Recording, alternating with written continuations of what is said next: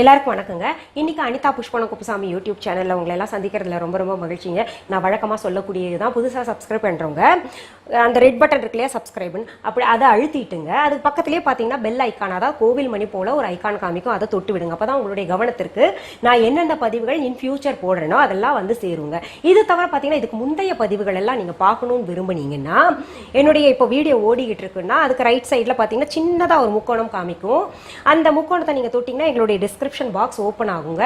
அதில் பார்த்தீங்கன்னா எங்களுடைய யூடியூப் சேனல் லிங்க் அப்படின்னு சொல்லிட்டு கொடுத்துருப்போம். அது கீழே ப்ளூ கலர்ல எழுத்துக்கள் காமிக்கும். அதை நீங்க தொட்டிங்கன்னா எங்களுடைய யூடியூப் சேனலுக்கு போயிடலாங்க. அங்க என்ன பதிவுகள் தேவையோ அதை நீங்க தேர்ந்தெடுத்து பார்க்கலாம். சரி, இன்னைக்கு நான் உங்களுக்கு கோவக்காய் பொரியல் சமைச்சு காமிக்க போறேங்க.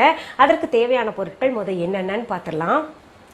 கோவக்காய் 1/2 கிலோ, வறுத்த நிலக்கடலை 1 கப், கடுகு 1 டீஸ்பூன், மஞ்சள் தூள் 1/2 டீஸ்பூன், மல்லித்தூள் 1/2 டீஸ்பூன், மிளகாய் தூள் 2 டீஸ்பூன், உப்பு தேவையான அளவு, எண்ணெய் தேவையான அளவு. இப்போ கோவக்காய் இருக்குன்னா இந்த நுனிலையும் அந்த நுனிலையும் நீங்கள் வெட்டி எடுத்துருங்க போதும். அப்புறம் பார்த்தீங்கன்னா இதை வந்து இப்படி கட் பண்ணிக்கோங்க கிராஸில். இப்போ ரவுண்டாக கட் பண்ணி செய்கிறவங்களும் இருக்குது. இப்படி இந்த மாதிரி பழுத்து இருந்ததுன்னா கூட தூக்கி போடாதீங்க, ஏன்னா இது ரொம்ப ஹார்டாக தான் இருக்குது. ரொம்ப பழுத்து போய் மஞ்சள்னு இருந்தால் தான் அப்படி பண்ணும். ஏன்னா நமக்கு இப்பெல்லாம் வர்றதெல்லாம் இப்படி தான் வருதுங்க. பாருங்க, இப்படி கட் பண்ணிக்கோங்க.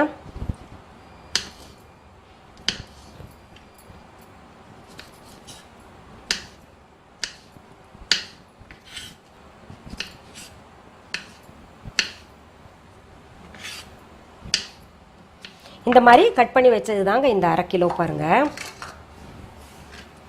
நீங்க நினைப்பீங்க இது கூட எங்களுக்கு தெரியாதா அப்படின்னு. உண்மையை சொல்றேன், நான் இது செஞ்சு காமிக்கலன்னா இது ஒரு 10 பேராவது கேட்குறாங்க என்கிட்ட. புதுசாக சமைக்கிறாங்க இல்லையா, அதனால அவங்களுக்கு டீட்டெயிலாக சொல்லி தரணுங்கிறதுக்காக இந்த மாதிரி உங்களுக்கு நறுக்கி காமிச்சிருக்கேன். சரி பாருங்க, இப்போ நான் அடுப்பை பற்ற வச்சுட்டேங்க. அதில் ஒரு பேன் வச்சாச்சு. தேவையான அளவு எண்ணெய் ஊற்றிக்கலாங்க. கொஞ்சம் இது எண்ணெய் வந்து கூட தேவைப்படும் நமக்கு, ஏன்னா எண்ணெயிலேயே நம்ம வேக வைக்க போகிறோம். அப்படியே இருந்தால் கூட ஒரு 3 டேபிள் ஸ்பூன் எண்ணெய் தாங்க தேவைப்படும். இப்போ என்கிட்ட இது 2-3 பேர் கேட்டிருக்கீங்க, ஆயில் பாட்டில் எங்கே மேடம் வாங்கினீங்க, ரொம்ப அழகாக இருக்கே அப்படின்னு சொல்லிட்டு. நான் வந்து எல்லாம் உங்களுக்கு எங்கள் ஆன்லைன் ஷாப் லிங்க் கொடுத்துருக்கேன் இல்லையா, அதில் நீங்கள் ஒவ்வொன்றா சேர்க்க போகிறேன், போய் பிறகு நீங்கள் வாங்கிக்கலாங்க. இப்போ பாருங்கள், எண்ணெய் காஞ்சிருச்சு. அதில் வந்து நம்ம கடுகை சேர்த்துக்கலாம், அது வெடிக்கட்டும். இதில் கோவக்காயை போட்டுக்கலாங்க. கடுகு வெடிச்ச உடனே சிம் பண்ணிவிட்டு அதுலேயே மிளகாத்தூள் போட்டுக்கலாம்.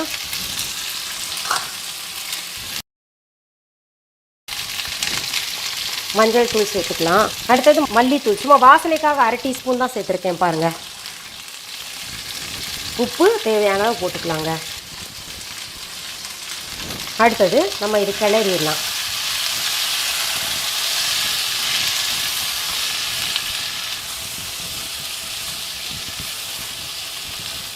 இதில் அடுத்தது பார்த்தீங்கன்னா தண்ணி தெளிக்கணும்.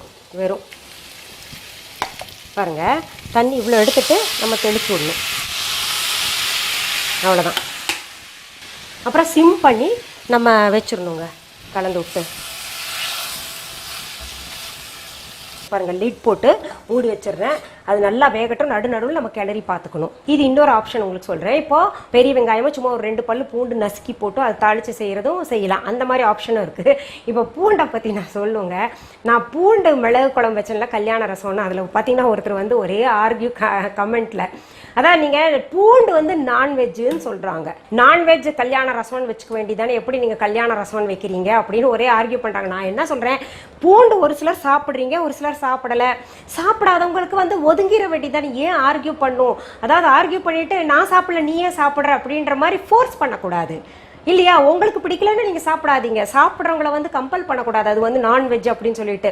பூண்டு வெங்காயம்லாம் சாப்பிடாதவங்களுக்கு தான் அதிகமாக கேன்சர் வருதுன்னு சொல்லிட்டு ஆராய்ச்சியில் சொல்கிறாங்க. நீங்கள் வேணா அதிகமாக நீங்கள் கவனிச்சு பாருங்கள், நார்த் இந்தியன்ஸ் அண்ட் வந்து பூண்டு வெங்காயம் சாப்பிடாதவங்களுக்கு அதிகமாக கேன்சர் நோயால் பாதிக்கப்பட்டிருக்காங்க. நீங்கள் வேணா கவனிச்சு பாருங்கள். இப்போ நான் ஒன்று கேட்குறேன், பூண்டு சாப்பிடக்கூடாதுன்னா பால் வந்து என்னன்னு கேட்குறேங்க. பால், தயிர், நெய் எல்லாம் எதுலேருந்து வந்து சொல்லுங்கள் நீங்கள். அப்போ அதுவும் நான்வெஜ் தானே, நான்வெஜ் பால்னு வச்சுக்க முடியுமா நம்ம? அப்படி ஆர்கியூ பண்ணக்கூடாது, யாரையும் மனசு மனசு நோகடி கூடாது. உங்களையும் நான் மனசு நோகடிக்கல, அவங்கவுங்க விருப்பங்க இல்லையா? இப்போங்க நம்ம காய்கறி மூடி வச்சோம்ல, நான் நடுவில் பார்த்தேங்க கொஞ்சம் தண்ணி கம்மியாக இருந்துச்சு, திரும்ப சேர்த்துருக்கேன் தண்ணி. இப்போ நான் மறுபடியும் திறந்து பார்க்குறேன். நல்லா வெந்துருச்சு தண்ணி ஊற்றுனதில். ஃபஸ்ட்டு வேக வச்சுக்கணும். எப்போவுமே ஃப்ரை பண்ணுற காய்கறியில் தண்ணி ஊற்றி வேக வச்சுக்கணுங்க. ஃபுல்லாக எண்ணெயிலேயே நம்ம வந்து ஃப்ரை பண்ணி எடுக்கக்கூடாது. அதனால் இப்போ வேக வச்சுட்டதுனால இப்போ திறந்து நம்ம நல்லா கார்னர்லாம் பரப்பி வச்சிடணுங்க. கொஞ்சம் ஃப்ரை ஆகட்டும். இந்த காய் ஓப்பன்லேயே விட்டுடலாம். கொஞ்சம் என்னென்னா சிம்மில் வச்சுக்கோங்க தீயை. நடுவில் காயை வந்து பெரட்டி போட்டுக்கிட்டே இருக்கணுங்க. இப்போ வந்து இந்த பீனட்ஸ் நிலக்கடலை இருக்கு இல்லையா, வறுத்து வச்ச நிலக்கடலைங்க, அது நிறையாவே சேர்த்துக்கிறேன் நான் இதில். குழந்தைங்களுக்கு மட்டும் கிடையாது, பெரியவங்களுக்கும் இந்த மாதிரி பீனட் போட்டு செஞ்சால் ரொம்ப ரொம்ப பிடிக்குது. நிறைய பேர் என்கிட்ட வந்து குண்டாகிறதுக்கு டிப்ஸ் சொல்லுங்கன்னு சொல்கிறாங்க. இந்த நிலக்கடலை வந்து அடிக்கடி உணவில் சேர்த்துக்கோங்க. உணவில் சேர்த்துக்கிட்டா நல்லா குண்டாகலாம். இதில் வந்து இன்னும் குண்டாகிறதுக்கு வாழைப்பழம் நிறையா சாப்பிடுங்க. வாழைப்பழம் கட்டாயம் இரவில் சாப்பிடுங்க. காலையில் ஒன்று இரவில் ஒன்று சாப்பிட்டு தூங்கலாம். இப்போ நீங்கள் குண்டா இருக்கிறவங்க நினைப்பீங்க, ஐயோ மேடம் அப்போ நாங்கள் இன்னும் குண்டாயிட்டா என்ன பண்ணுறது அப்படின்னு சொல்லிட்டு நினைப்பீங்க.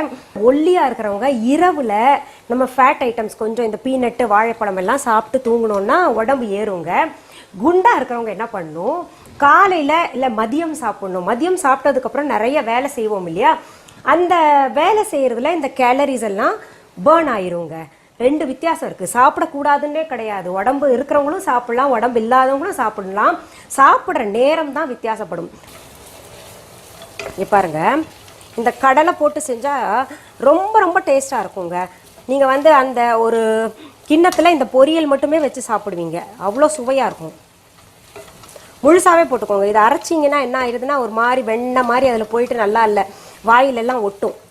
இதுனா கடிச்சு கடிச்சு சாப்பிட ரொம்ப நல்லாயிருக்கும். வெறும் ஒரு தயிர் சாதம் குழந்தைங்களுக்கு லஞ்ச் பாக்ஸில் ஒரு தயிர் சாதம் வச்சுட்டு இந்த கோவக்காய் கறி வச்சுட்டோன்னு வைங்களேன், நிலக்கடலையும் இந்த கோவக்காயும் போட்டு வச்சுட்டிங்கன்னா பிள்ளைங்க கொண்டான்னு சாப்பிடுவாங்க. நீங்கள் வச்சது டிஃபன் பாக்ஸில் திரும்பியே வீட்டுக்குள்ளே வராது. இப்போ பாருங்கள் பக்குவமாக இருக்குது எல்லாமே. நான் அடுப்பை அணைச்சிடுறேன். இப்போ ட்ரான்ஸ்ஃபர் பண்ணிடுறேங்க.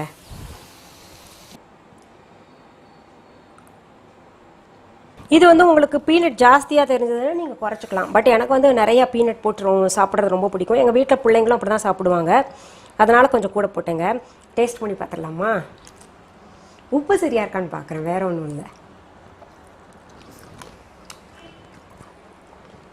ரொம்ப சுவையாக இருக்குங்க. சமைச்சு பார்த்துட்டு பிடிச்சிருந்துச்சுன்னா எனக்கு கமெண்ட் பாக்ஸில் கமெண்ட் போடுங்க. எனக்கு உங்கள் கமெண்ட் தேவையில்லை, உங்கள் வீட்டில் பிள்ளைங்களாம் என்ன சொல்கிறாங்க அந்த கமெண்ட் தான் எனக்கு தேவை. அதனால் பிள்ளைங்கிட்ட கேட்டு கமெண்ட்ஸ் போடுங்க.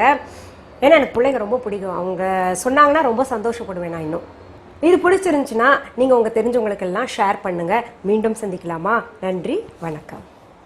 அன்பான வாடிக்கையாளர்களே, உங்கள் விஹா ஸ்டோரில் பூஜை பொருட்கள், சிலைகள், ராசிக்கற்கள், வாஸ்து பொருட்கள், விதைகள், பாரம்பரிய அரிசி வகைகள், சிறுதானியங்கள், ஆர்கானிக் பொருட்கள், மூலிகை எண்ணெய், மளிகை பொருட்கள், மரச்செக்கு எண்ணெய், மரப்பொருட்கள், வெள்ளி ஆபரணங்கள், கிஃப்ட் ஆர்டிகல்ஸ், காட்டன் மற்றும் பட்டு புடவைகள், காட்டன் சுடிதார்கள், பட்டு பாவாடை, குழந்தைகளுக்கான விளையாட்டு பொருட்கள், ஹை குவாலிட்டி இமிடேஷன் நகைகள், வீட்டு உபயோக பொருட்கள், ஜூட் பேக்ஸ், ஹேண்ட்மேட் சோப்ஸ், அழகு சாதன பொருட்கள், சிறுதானிய பிஸ்கெட்டுகள், ஹோம் அப்ளையன்சஸ், இன்னும் பற்பல பொருட்கள் விற்பனைக்குள்ளது.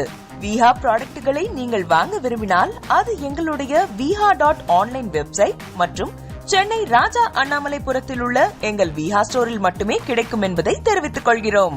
வேறு எந்த ஆன்லைன் வெப்சைட்களிலும் விஹா ப்ராடக்ட்கள் விற்பனைக்கு கிடையாது என்பதை நீங்கள் கவனத்தில் கொள்ள வேண்டும்.